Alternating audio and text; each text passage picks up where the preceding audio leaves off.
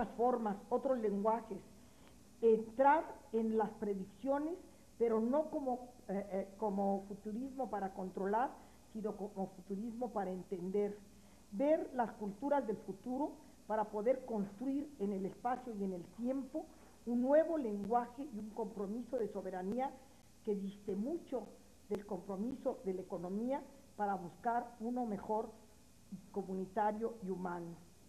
Otro,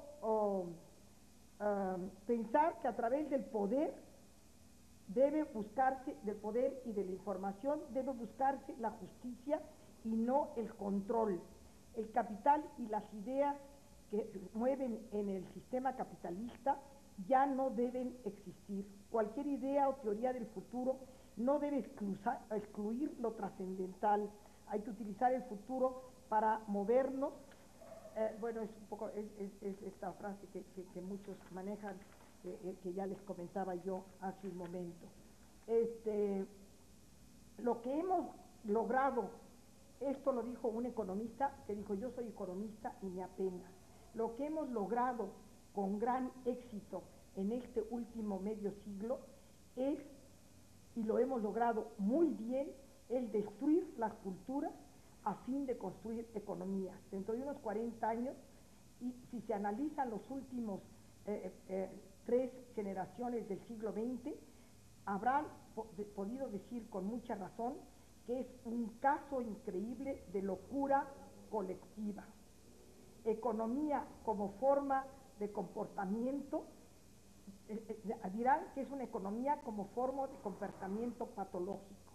Los tratados de libre comercio son la manera de manejar al hombre y controlar al medio ambiente y deteriorarlo. Y luego así, como eso, sigue haciendo menciones de que no debemos convertirnos, de que no podremos salir del subdesarrollo, y que nos han convertido en subdesarrollados con el poder del lenguaje, con el convencimiento de llegar a la globalización. Las ganancias destructoras de la humanidad son las que del medio siglo para acá han acabado con el ambiente, con el hombre y con el nicho ecológico en el que él vive. Se pretende que el desarrollo sustentable sea aquel que permita desarrollar sin crear estas destrucciones.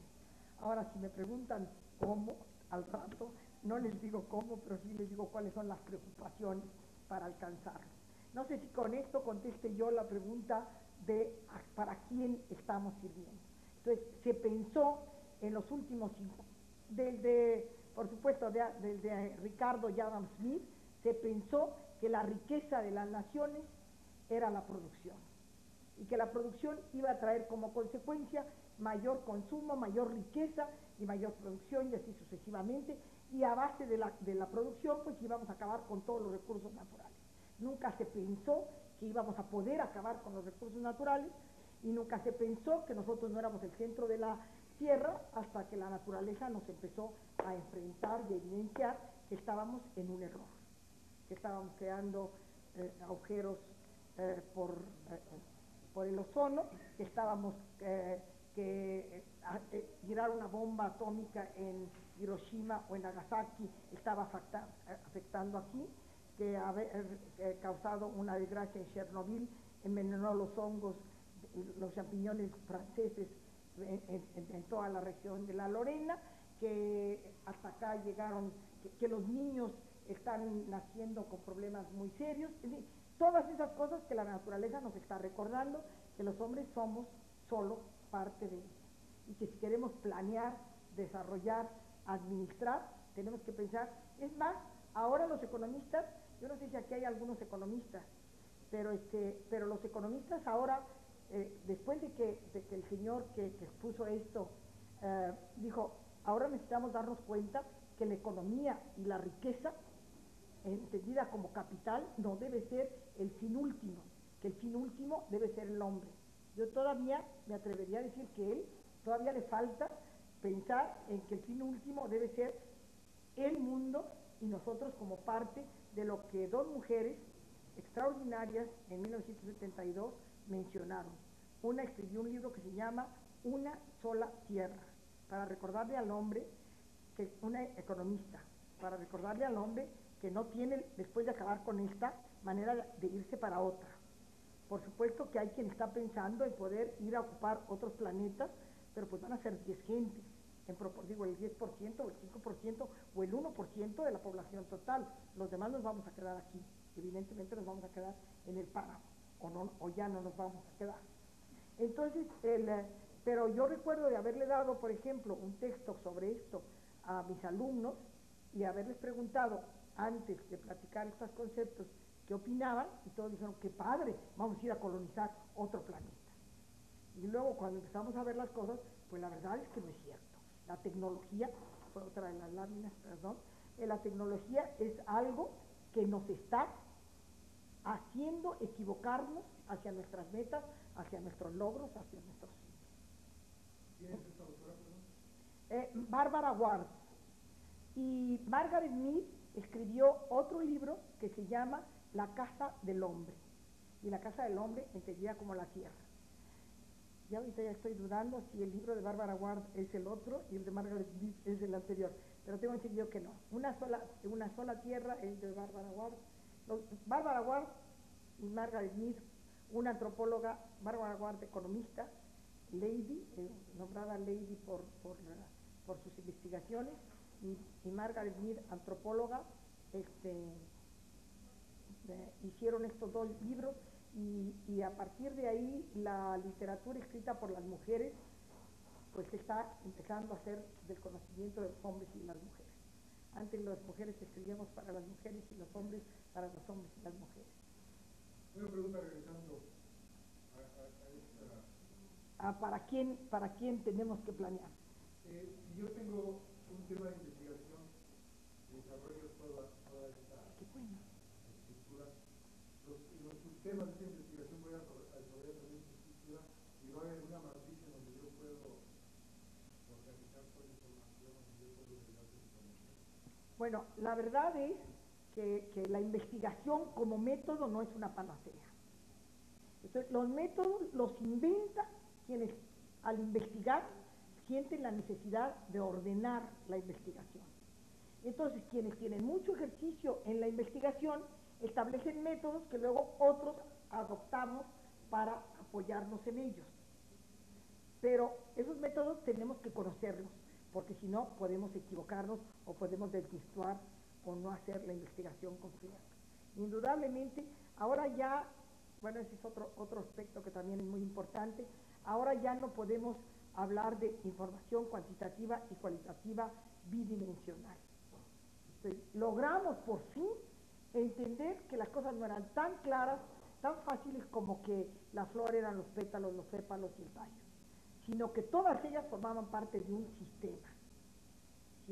Digo que la flor era la flor porque además le circulaba la savia y la clorofila y una serie de cosas, y que esto formaba parte de otro, que era un subsistema de otro sistema más grande, que era la planta misma, y esa planta era un subsistema de otro sistema mismo, que era la microrregión o el nicho ecológico o el hábitat, o como quiera ustedes definir al espacio en el que se ubicaba la planta de la flor, o las plantas entre las cuales una de ellas era una y tenía una flor.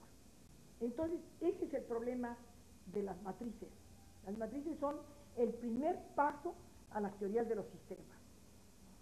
Y también me imagino que la investigación que ustedes, en los métodos de investigación, ustedes manejan teoría de sistemas, y ya inclusive ahorita las teorías de los sistemas en muchos sentidos están superadas, porque nos hemos dado cuenta que las cosas que habíamos separado tanto, las hemos tenido que empezar a juntar, y luego empezar a darnos cuenta que no nada más estaban juntas, sino que unas dependían de otras, y se establecen todos estos sistemas. Y después de los sistemas se establecen otros mecanismos que los maneja mucho es Kessler, y son los holones, las teorías holísticas. Ahora, la investigación debería de ser holística. Y y los solones es, pues es los sistemas de los sistemas, es la interrelación de todo, y es algo muy apasionado, muy apasionante, muy interesante, pero que aquí también nos podríamos estar largos sobre ellos. Yo no sé si la pregunta sobre para quién está más o menos aclarada. No debe ser ni para hacer más dinero, ni para ser más productivo. Los productos internos brutos y los productos nacionales brutos, el PND y el PID, ahorita, en la teoría económica más adelantada, no dicen nada. El Producto Interno Bruto de los dos estados más pobres del mundo, digo del país, son los dos aparentemente más ricos, Chiapas e Hidalgo. Son ricos de recursos y el Producto Interno es muy alto. Bueno, más alto es el de la Ciudad de México.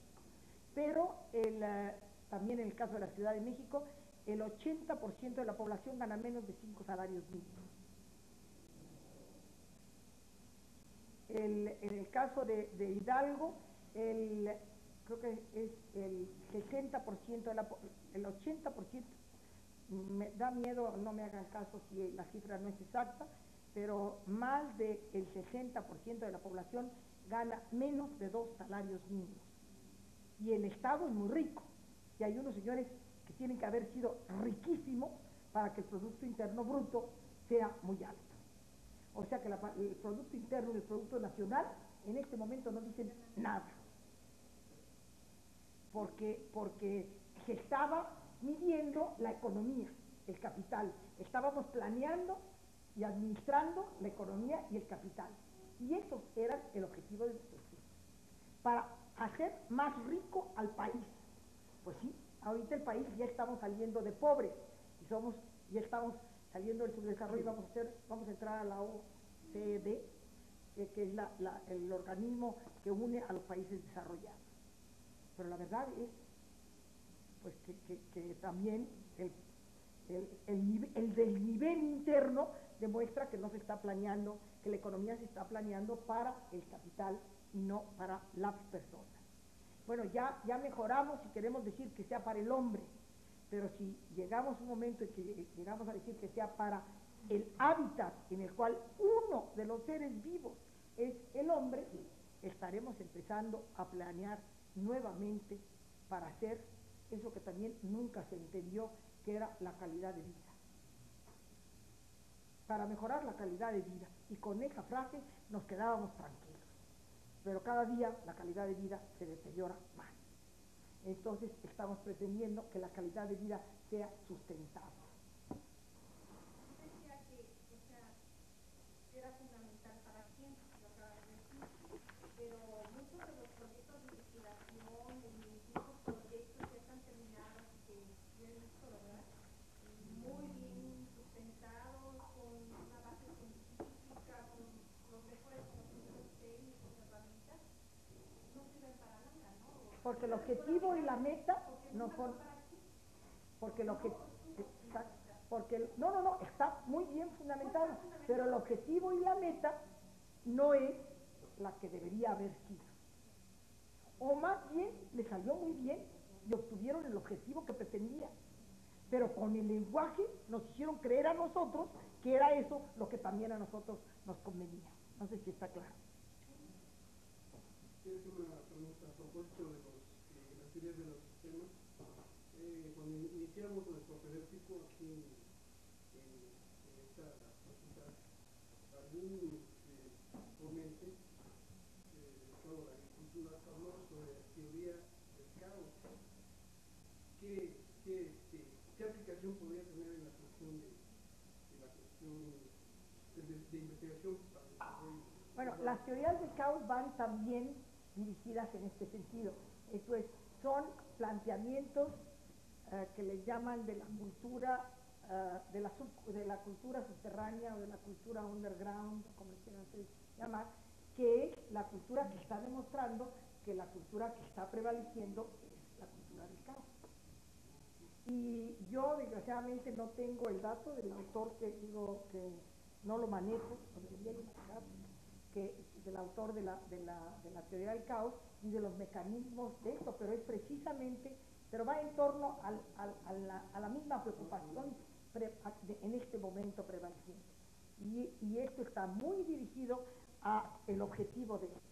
Todo puede estar muy bien armado, pero si no sabemos para qué investigamos y cuáles son los objetivos y las metas y para quién estamos investigando, pues estamos haciendo cosas maravillosas y nos salen rete bien y muy fundamentadas y muy demostrables y miren ustedes lo que logramos en menos de 50 años.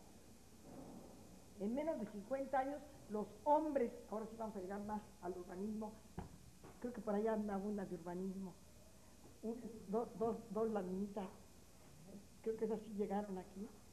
¿Cuáles faltan? Ah, sí, esta. Pues si quieres mejor pon primero la del urbanismo y luego la de la operatividad. En 1950, bueno, la palabra urbanismo data de principios de siglo. Por aquí hice yo alguna cosa de historia para llegar a este tema que estamos tratando ahorita. El término urbanismo, como muchos de ustedes saben, nació en 1910 y quien lo trató primero fue Paul Scherget en su boletín de la Sociedad Geográfica de Neuchâtel. En el diccionario de la Real Academia, si ustedes lo buscan antes de la edición de 1956, no encuentran la palabra urbanismo. Y a partir de la definición de urbanismo de la Real Academia es el conjunto de conocimientos que se requieren para el estudio de la creación, desarrollo, reforma y progreso de los poblados en orden de las necesidades de la vida humana. Bendito sea Dios que ahí sí tomaron en consideración al hombre.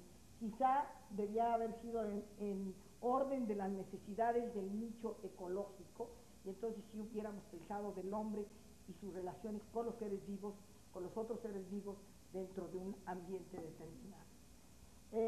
Tiene su origen, el urbanismo tiene su origen, como todas las disciplinas que estábamos comentando, que si son arte, que si son ciencia, que si son diseño, que si son teoría, que si son técnica, bueno, eso también es motivo de muchas otras pláticas.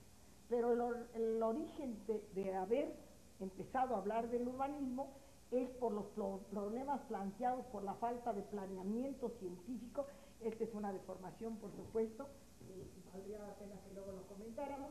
La falta de planeamiento de las ciudades durante el siglo XIX, porque esto es, ahorita en nuestro medio estamos hablando de urbanismo con mayor intensidad, porque nuestra revolución industrial llegó a mediados de este siglo.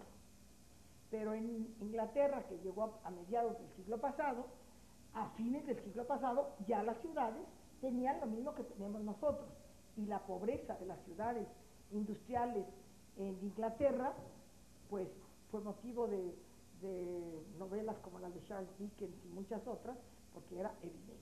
Lo que pasa es que la diferencia fue que los ingleses primero explotaron a los escoceses y a los galeses y a los irlandeses de cerca, ya luego, bueno, pues los explotaron menos. Si ustedes van ahorita a Inglaterra, ven como turismo industrial las fábricas desmanteladas y les enseñan las condiciones miserables de vida en las que trabajaban los trabajadores de mediados del siglo pasado. O sea que ya ahorita ya también aquellos ya van de regreso y ya piensan en que la industrialización no es el mecanismo para alcanzar una mejor calidad de vida. Todavía ahorita a nosotros nos están queriendo poner industrias en ciudades hermosísimas que con una industria van a acabar con su calidad de vida. Pero en fin, durante el siglo XIX la falta de planeamiento científico hizo que se pensara en el urbanismo para atender el aumento de densidad y volumen demográfico de las ciudades y las condiciones técnicas de la vida. Esto es la razón de ser del urbanismo. La aplicación de técnicas, y esta es vamos a decir, una necesidad ya ahora con una nueva versión, técnicas ecológicas, económicas, por supuesto que con una nueva visión, sociológicas, ingenieriles, geográficas, sanitarias, étnicas, de género, que hablamos tan poco y que ya se nos fue el tiempo, artísticas, arquitectónicas, etcétera. Y las arquitectónicas yo las puse por el respeto a nuestro gremio, al gremio de muchos de nosotros, pero la verdad que todos los que ya no hacemos arquitectura y estamos haciendo urbanismo, no tenemos derecho a llamarnos arquitectos. Es pintor el que pinta, y si se queda manco, deja de ser pintor. Y le preguntan, ¿tú qué eres? Yo era pintor, ahora soy otra cosa. Bueno, yo era arquitecta, ahora soy urbanista. ¿Por qué? Porque me dedico al estudio para la creación, desarrollo, reforma y progreso de los poblados en orden de las necesidades de la vida urbana. Y esa no puede ser a lo que estudian los arquitectos. Los arquitectos estudian otra cosa, tienen que estudiar mucho, tienen más bien que entender y sentir mucho, y ahora tienen que estudiar porque desgraciadamente los artistas tienen que estudiar cosas que antes intuían y sentían, como el caso de la investigación, que no podíamos intuirlo y ahora desgraciadamente tenemos que entenderlo y estudiarlo.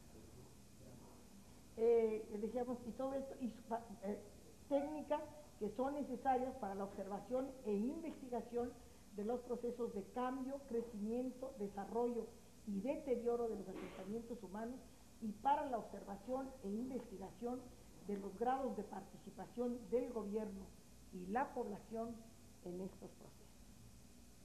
No sé si no queda claro algo de la definición o de la sustentabilidad, en este caso, del término y de la disciplina del urbanismo como tal. Ahora sí podemos poner, sin mucha molestia, la otra. Bueno, ¿hay alguna pregunta, perdón, antes de que pasemos?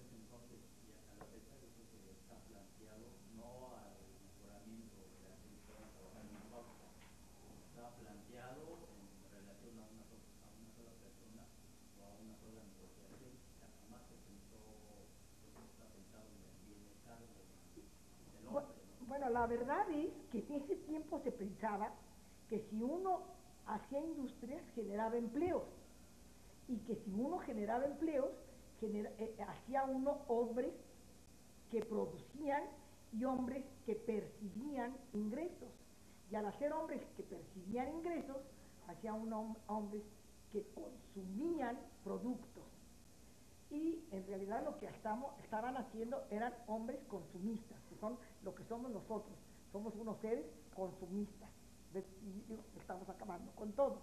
Pero en aquel tiempo se pensaba que uno era más feliz mientras más capacidad de consumir tenía. Y esta es una de las cosas que también en el evento de antier se discutía. Yo soy cofundadora del Servicio de Empleo, Capacitación y Adiestramiento en el Distrito Federal. Y bueno, yo lo hice a mí me invitaron porque en mi calidad de urbanista tenía yo que saber el manejo y la organización y la distribución. Qué pena, qué horror, pero si me las he traído no hubiera yo tampoco acabado. Y la organización y la distribución de los espacios.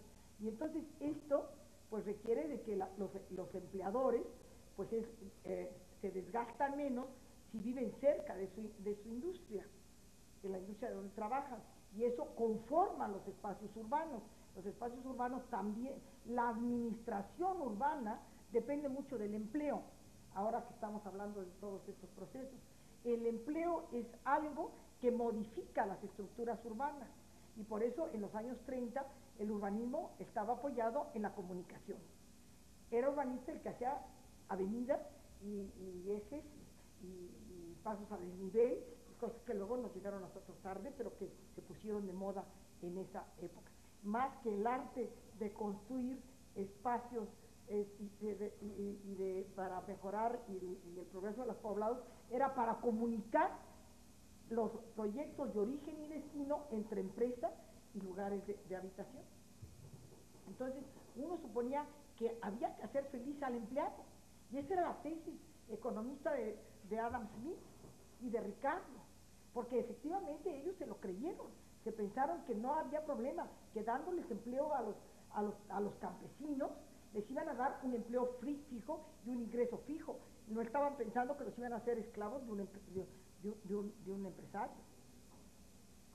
Y las cosas ahora, a 100 años de distancia en unos casos, a 150 años de distancia en unos casos, y a 50 años de distancia en otros, ha generalizado en el mundo entero la conciencia de que no es por ahí. Por supuesto que ayer comentaba yo, hubo economistas que se levantó y dijo, no es justo que me estén tirando todos mis principios y toda mi disciplina. Y me opongo a que estén ustedes diciendo eso y no haya un debate. Y la verdad es que ya se estaba acabando el tiempo. Y entonces uno de los señores que dijo estas cosas, dijo, un momento, el debate lo han tenido, ustedes no han querido discutir, ustedes han creído que tienen la verdad. Nosotros estamos planteando el debate. Nosotros sí estamos dando la oportunidad, lo que estamos haciendo ahorita, de debatir y de discutir algo que antes era tabú. Antes se la pasaron 150 años sin darse cuenta que estaban equivocados, sin darnos cuenta que estábamos equivocados. Pero también la información tal vez llegue demasiado tarde, ¿no? Ay, no, yo tengo esperanza. Este esquema de consumismo yo tengo entendido que se desarrolló aquí en el país, por ejemplo, en la época del Estado de Jordán. A partir del alemanismo, a partir del desarrollo industrial en México. A donde se crearon las secretarías, la dirección de gobierno, las subdirecciones, las dependencias para crear estos empleos de los que se está hablando, ¿no? Y con la teoría de que crear estos empleos el mismo gobierno se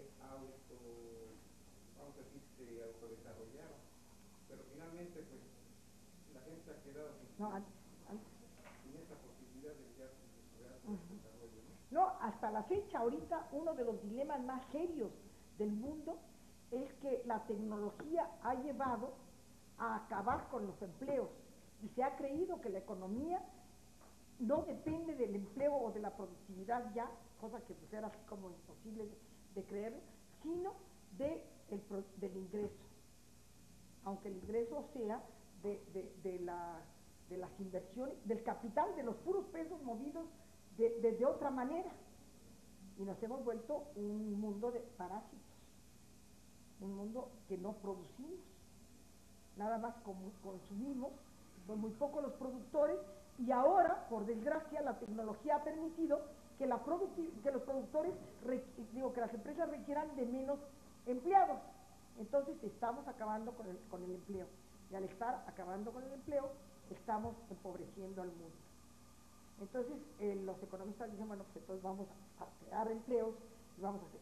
Y la verdad es que no, la verdad es que ya por ahí ya se vio que no. Entonces lo que tenemos que hacer es pensar en nuevos paradigmas para que no sea el ingreso el propósito fundamental del hombre, sino que el hombre debe buscar otros objetivos que lo hagan feliz y no porque yo tengo más ingresos que tú. El candidato a la presidencia de la República del Partido Ecologista, donde opina que la economía está la ecología Nada más que ahí el único problema es, no vale empezar a hablar ni menos en este momento de partidos porque las cosas se complican mucho, podemos platicar pero creo que quizá en otros niveles, pero el problema es qué es la ecología y qué es la ecología entendida no como parte dentro de este sistema, sino como una teoría y como una tesis para modificar el sistema. Entonces, no debe estar uno arriba del otro, debe ser, la ecología en una buena medida, como tratado de la ciencia que estudia la relación del hombre, de los seres vivos con su ambiente, y entre ellos, uno de ellos, el hombre, es algo muchísimo más complejo que nada más pintar de verde un taxi para que sea un taxi ecológico. No sé si me explico, estoy queriendo ridiculizar un poco el problema. Ese es el problema, lo más importante, yo realmente creo que inclusive en Europa sí el Partido Verde tiene escaños en las cámaras, pero yo tengo la impresión de que es un camino, empezar a hablar del Partido Verde, pero no debe ser dentro de este sistema. Entonces, lo que es un hecho es que, como decía Toynbee, tenemos que buscar nuevas alternativas de vida, no esta vida más sustentable, sino, bueno, ya me estoy adelantando a lo que no me toca. Respecto de la contaminación, ¿cómo se hace entender a la persona que toma las decisiones o a las personas que toman las decisiones? Por ejemplo, de la Ciudad de México, ayer decían que en los últimos 2 años, estos 2 años, circulan el 60% más de vehículos que circulaban antes, con la famosa de hoy no circula. Otra vez el mismo problema de eso.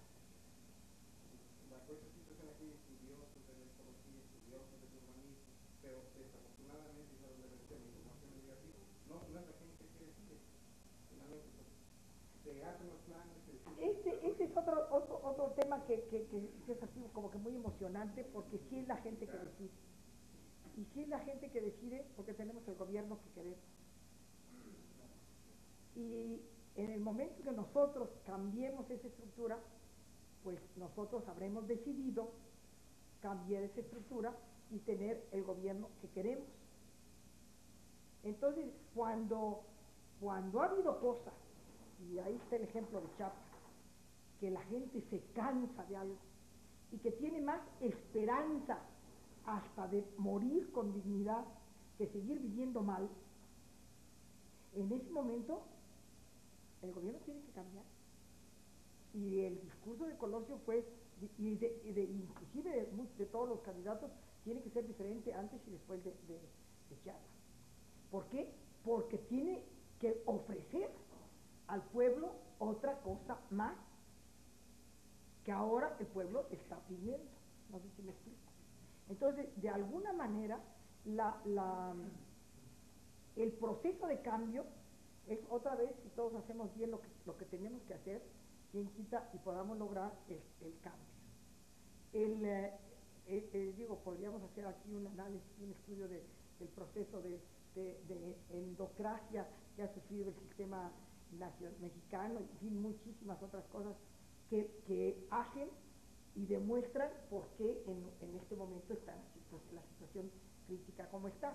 Pero si nos limitamos a lo que nos toca a nosotros, yo a veces en ese sentido defiendo al político que contrata al administrador urbano y que le dice: resuélveme el problema de contaminación atmosférica, y que el administrador urbano dice: vamos a administrar el manejo de los automóviles y vamos a hacer un día sin auto, y nos ponen el día sin auto y padecemos, pero decimos: bueno, sí, porque la cosa se va a mejorar.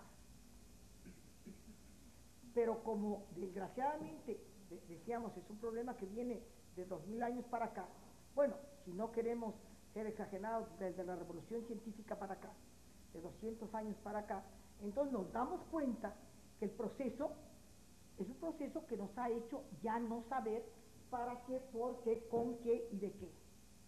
Y entonces, hacemos las cosas muy lógicas, tenemos muchos autos que están contaminando, vamos a quitar un auto a cada quien a la semana y resolvemos el problema. Los señores no conocían el problema. Si los señores van a ser los asesores, y si todos nosotros vamos a ser los asesores, tenemos que ser conscientes que nos están dejando la responsabilidad, y que lo que nosotros digamos puede tener dos alternativas, y dentro de estas dos, una de ellas, dos más. Puede tener la alternativa de que nuestra propuesta sea tan disparada del momento histórico en el que estamos viviendo, un poco a lo mejor lo que estábamos hablando de los planteamientos de la economía, los destinos ahorita nos corren, porque no estamos tratando de lograr un proceso para que nuestros objetivos y metas vayan hasta allá, pero sustentando esto en un proceso. Y la otra es que nos lo crean y nos digan: muy bien, ¿qué cosa quiere usted que hacer? Y lo hacemos. Perdón, y dentro de esta, que nos lo crean y lo sepamos, y lo que nos lo crean y nos equivoquemos. Y esa es la responsabilidad de la investigación. Que la investigación no es inocua. Que tenemos que saber qué estamos investigando, para quién estamos investigando, por qué estamos investigando. Porque si no, nosotros investigamos y creímos, como se la creyeron los señores a fines del siglo pasado, que lo que estaban haciendo iba a ser para hacer ricos a los hombres de las naciones. ¿Sí me explico, no? Entonces, si yo propongo algo que sé y que siento como Toynbee, que debe ser hasta allá, corro el riesgo de que me corran de mi país, porque era tan de avanzada su tesis que no la comprendieron muchos en ese momento, y que porque era Toynbee, pues tuvo que defenderla y ponerla y convencer. Y logró convencer un poco a mediados de este siglo. Ahorita muchísimo. Digo, es cada día más del común del conocimiento de la gente. Leopoldo Sea escribió otro libro muy bueno, que ya ahorita a lo mejor hasta ya está viejo, pero que en ese momento fue extraordinario en los años, fines de los 60, que se llama América como conciencia, y que es precisamente hijo del libro de Toynbee de mediados del siglo. Porque él se fue, digo, la dinámica cultural, como ustedes saben, no nada más es la creación de un foco de invención, sino es que ese foco de invención se difunda, se comprenda, se interprete, se reinterprete y se difunda. En ese momento, la distancia que tarda entre que a uno se le ocurre y logra pasar por todos esos procesos y los hacen suyos muchos más, es el tiempo, es lo acelerado o no de la dinámica cultural. Cuando Leonardo dijo que la sangre circulaba por las venas, pues ni quien lo entendiera, ni quien tomaba cuidado de qué estaba diciendo. Y un siglo más tarde lo dijo otra persona que tuvo una reinterpretación que permitió que más rápido se entendiera. Y por supuesto, si nos vamos a las civilizaciones orientales, seguramente el descubrimiento de la circulación de la sangre data de muchos siglos o miles de años antes de que se haya descubierto. O sea que esa dinámica cultural es la responsabilidad del investigador urbano o del investigador para el manejo y la organización de los espacios urbanos. El que uno sea capaz de proponer algo que sea oportuno. Con mucha frecuencia se dice que qué estamos haciendo los administradores urbanos y los urbanistas estudiando una disciplina que no se da, que no nos hacen caso. Pues sí nos han hecho caso muchas veces, pero si proponemos algo tan dispar, o por atrasado, o por adelantado, que no está dentro del lenguaje de las gentes a las que les tenemos que hablar, no va a ser comprendido. Pero si aprendemos a saber a quién le tenemos que hablar y con qué lenguaje le tenemos que hablar y con qué objetivo le tenemos que hablar, entonces vamos a poder ser capaces de hablarles para que nos hagan un poquito de caso. No vamos a pretender que nos hagan muchísimo porque nos corren, pero vamos a pretender que nos hagan lo suficiente para participar en esa dinámica cultural. De hecho, todos participamos en la dinámica cultural, los que empujamos en un sentido y los que empujan en el otro. Y cuando hay más que empujamos en este sentido que en este otro, pues la dinámica es más acelerada. Cuando estos empujan como desesperados, pues la dinámica prácticamente no se da. Sí me explico un poco, ¿no? Había otra pregunta, pero no sé si ya con esto se contestó. Ahora sí ya pasamos bueno, entonces, esto que decíamos de cómo atacar el problema y a quién dirigirnos y para quién hacer las cosas, esto es lo que hace que haya la planeación, las acciones sin planear y los planes que se quedan en papel. Y que luego dicen, no, pues es que no me entendieron. Yo hice las cosas, pero no me hicieron caso.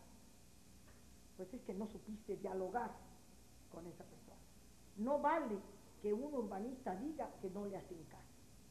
Puede decir, no quiero participar en un sistema en el que no creo. Y no voy a quedarme a la contra, sino que voy a empujar en otro sentido para ir modificando ese sistema. O voy a ayudar a que ese sistema siga porque siento que va muy bien. Y en función de eso, tomar una participación en el sistema administrativo al que ustedes están queriendo, en el que están ustedes queriendo participar, o en el que están ustedes queriendo investigar para que otros junto con ustedes participen. Sí estamos de acuerdo en eso, ¿no?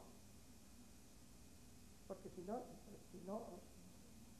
o están investigando para que dentro de 3 siglos alguien participe con lo que ustedes están investigando, pero al fin y al cabo es para que ustedes tengan una participación. Entonces tienen ustedes que ser conscientes de cuál va a ser su participación dentro de este proceso en el que tienen que tener un diálogo con los sectores, les prometo mandar unas otras láminas, con el poder público, con el poder privado y con el otro que también es poder privado y que ahora se ha puesto tan de moda y es tan importante, que es el poder social. Entonces, el poder social en realidad empieza a nacer con la fuerza que tiene ahora desde 76. Naciones Unidas manejaba tres plataformas para que platicaran los gobiernos, que son las conferencias, para que platicaran los investigadores, que eran los simposios, y para que platicaran los organismos no gubernamentales, que eran los foros. Y siempre había estas 3 plataformas que se dan al mismo tiempo, pero la verdad es que los investigadores y los organismos no gubernamentales prácticamente no participaban. Me estaba platicando la arquitecta, ¿sí, arquitecta? No, soy licenciada. La licenciada, que a ella le tocó estar en Vancouver. Ella recordará el peso que tuvimos los organismos no gubernamentales en Vancouver. Fue la primera vez que la Conferencia de Naciones Unidas tuvo que oírnos, porque los que pertenecíamos a grupos y asociaciones no gubernamentales y que habíamos estado estudiando y creíamos en algo, teníamos que decir algo. Y afortunadamente el presidente de la República nos apoyó y pudimos tener una participación, y gracias a los países pobres pudimos, porque generalmente los países pobres no se habían dado cuenta, pero generalmente somos más y tenemos más de qué quejar. Entonces nos quejamos. Y a partir de 76 en Naciones Unidas nace un grupo que se llama el Grupo de los 77, que para mí era un orgullo que México perteneciera a él. Ahorita son no 77, sino 172 países pobres, que se dieron cuenta que eran más que los países ricos. Y entonces en Naciones Unidas los países pobres crearon este grupo y tuvieron una participación decidida a través de los organismos no gubernamentales que apoyaron a sus gobiernos pobres, para que los pobres empezaran a contar en Naciones Unidas y les empezaran a decir a Naciones Unidas que si nos querían separar a los ricos de los pobres y que si no querían aceptar la diversidad que teníamos los países en el mundo, ahora se aguantaban y oían nuestros problemas de pobres. Y de 76 para acá, bueno, Naciones Unidas decidió retirar el subsidio de los Estados Unidos decidió retirar el subsidio de los Estados Unidos, porque pues ya el diálogo estaba empezando a ser no como el que se pensaba. Y esto ha traído como consecuencia también, y ahora voy a acabar, estoy esperando que ojalá, ha traído como consecuencia que en Naciones Unidas se hable del desarrollo sustentable. Entonces, en esa época nace una tercera fuerza, porque antes se hablaba del sector privado y el sector público, y nace dentro del sector privado el sector de organismos que tienen poder por número. Las ciudades son reflejo de los grupos poderosos del mundo. La arquitectura también es reflejo de los grupos poderosos, con la diferencia que antes los grupos poderosos eran el poder político, el poder eclesiástico y el poder militar, y después de la Edad Media el poder del comercio y de los empresarios, el poder privado. Y yo diría que después del 76, la verdad que no, después de mediados de fines del siglo pasado, el poder de los muchos. Ese poder no había contado, y no contaba porque además los pobres estaban inmersos en las estructuras de los ricos.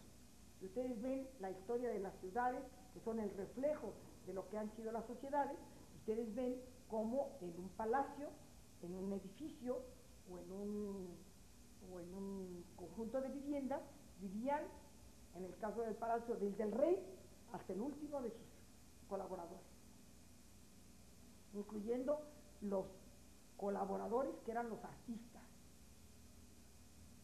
y que si ustedes quieran eran los empleados, o si quieren eran los amigos, o si quieren, la palabra empleado no existía como tal. Pero después de que el poder, después de que la revolución industrial saca de la estructura normal a los obreros, margina a los obreros, segrega a los obreros, en ese momento los obreros empiezan a constituirse en un poder. Y además en un poder que les han dicho que tienen posibilidad de movilidad social. Antes nacía uno aristócrata y se moría aristócrata, y nacía uno militar y se moría, y de la familia de los militares, o de la yo cuando digo de la familia de los curas, digo, bueno, no eran los hijos de los curas, pero en fin, dentro de la estructura, la única manera de cambiar de clase social era irse o al ejército o a la iglesia. Después ya se pudo mover del comercio a la aristocracia, porque fue la manera como cuando la aristocracia empezó a perder poder, el comercio empezó a comprar a la aristocracia. Digo, el poder económico comercial empezó a comprar los títulos nobiliarios. La siguiente manera de comprar los títulos pues fue teniendo los títulos universitarios, que era otra manera de tener el proceso de cambio de clase social. Después vienen los obreros, y los obreros crean un nuevo poder, pero que es un poder que no es por individuo, sino es un poder por grupo. Ustedes pueden hacerle una casa a un gobernante, pueden hacer una iglesia, pueden hacer un mercado, pueden hacer, perdón, ya el mercado ya metí la pata, pueden hacer una casa o una residencia para un rico, pero no pueden hacer una casa para un pobre como arquitectos. Tienen que hacer un conjunto habitacional. Los arquitectos no son contratados por el señor marginado de la zona fulanita de tal, oigan, vengan a hacer mi casa. No, el conjunto es el que está pidiendo una organización urbana, un diseño urbano. ¿Sí me explico? Entonces, este nuevo poder es el que también, así como entró la iglesia al poder político y como entró el comercio al poder político, en este momento el poder de número está entrando al gobierno. Y eso se llama la democracia. Democracia que no se parece en nada a la democracia de los griegos. Porque los griegos, acuérdense ustedes que eran ciudadanos, todos menos las mujeres, los perros y los esclavos. ¿Mande? El comunismo y el socialismo, exacto, es un recurso que plantea Marx como alternativa, como salida a algo que ya se estaba viendo desde fines del siglo pasado, que era la explotación del hombre por el hombre de una manera masiva. Supuestamente la revolución industrial fue para liberar al hombre, y nunca el hombre y nunca la mujer han estado más sojuzgados que a fines del siglo pasado y a principios de en los países ricos, y que a mediados de a fines de en los países pobres. Pero en fin, ya llegamos entonces, para poder planear, todo esto era porque para poder planear, para no planear sin hacer ni hacer sin planear, sino planear haciendo, para planear haciendo desde que el mundo es mundo,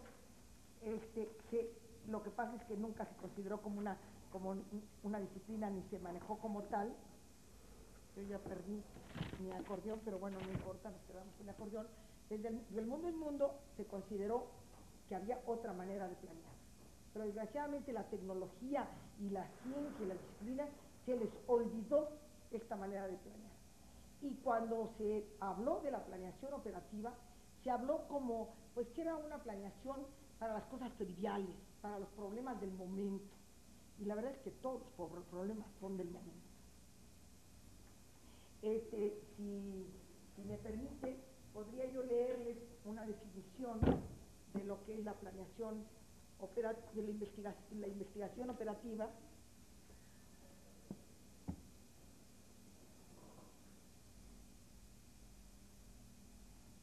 La investigación operativa, pues sí, estaba aquí, que la investigación operativa es una ciencia de la decisión.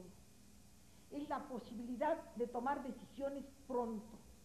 Es una ciencia de la decisión y es una ciencia para las organizaciones humanas complejas, y el caso es que ahorita las ciudades son organizaciones humanas complejas, en las que hay que tener en cuenta numerosos y diversos elementos. Es una acepción común la investigación operativa como la aplicación del espíritu científico a los problemas de gestión. Lejos de ser una ciencia o una técnica etérea, se aplica, por el contrario, a la realidad, a los problemas triviales, a los problemas que se encuentran a diario en la vida industrial, comercial, financiera, etc. Lo que es una pena es que no le pongan también aquí la vida urbana. Pero si ustedes se dan cuenta, la comercial, la financiera, la industrial son parte de la vida urbana. La investigación operativa establece modelos cuyo empleo es prever lo que ocurrirá mañana. No es la planeación al corto, mediano y largo plazo, que también cuando hablemos, en el caso de que nos toque hablar de planeación y de plazos y todo, podríamos tratar mucho esos temas. Es posible encontrar las primeras manifestaciones en algunos estudios de econometría que desde hace 30 años se esfuerzan, bueno, este es también hace otros tantos, este es de hace 10 años, que desde hace 20 años, desde hace 30 años se esfuerzan mediante la creación de modelos en analizar los fenómenos económicos, yo diría económicos y sociales, dentro de un marco estrictamente definido, haciendo un llamado a la estadística y a las matemáticas para dedicarlo a la ciencia de la acción. Entonces, tenemos que planear haciendo. Ya no podemos seguir planeando para dentro de mucho. Entonces ya todo se ha vuelto urgente, ya todo se ha vuelto necesario. La planeación operativa nació, entendida ya como disciplina,